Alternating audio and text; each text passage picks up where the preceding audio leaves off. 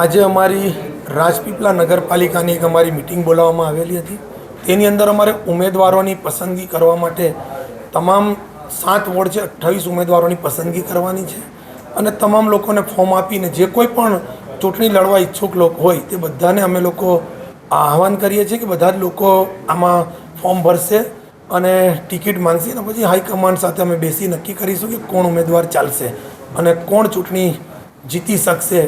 એની તૈયારીમાં હમણાં અમે લોકો નગરપાલિકાની અંદર કામ કરી રહ્યા છે। આજે તમામ અમારું સંગઠન ખૂબ સારું છે। રાજપીપળાની અંદર પણ અમારા પ્રમુખ છે, તમામ અમારા હોદ્દેદારો છે, અમારી બધી ટીમ છે। ચોક્કસ અમે લોકો ખૂબ સારું કામ કરીશું।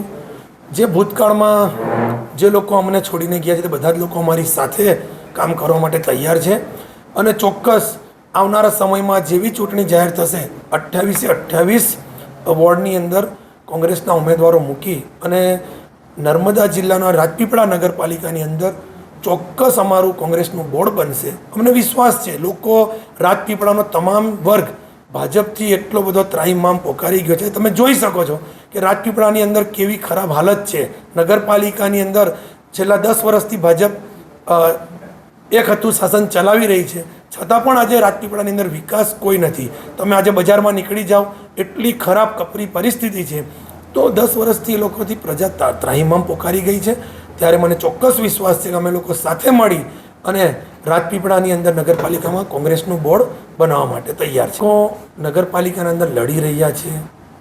આ લોકો એક હતું શાસન ચલાવે છે।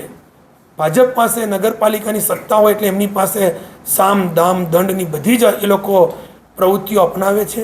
કોંગ્રેસના અમારા કોર્પોરેટ અગર વિરોધ કરે એ લોકો પોલીસ પ્રશાસન એનાથી ધાક ધમકીઓ આપી કરીને દબાવી દેવામાં આવે છે।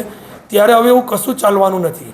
ચોક્કસ આ વખતે મને વિશ્વાસ છે અમારા તમામ કોર્પોરેટરો ખૂબ મજબૂતાઈથી ચૂંટણી લડશે। અમારા શહેર પ્રમુખ, જિલ્લા પ્રમુખ, અમારું તમામ સંગઠન આ વખતે નગરપાલિકામાં પરિણામ લાવશે।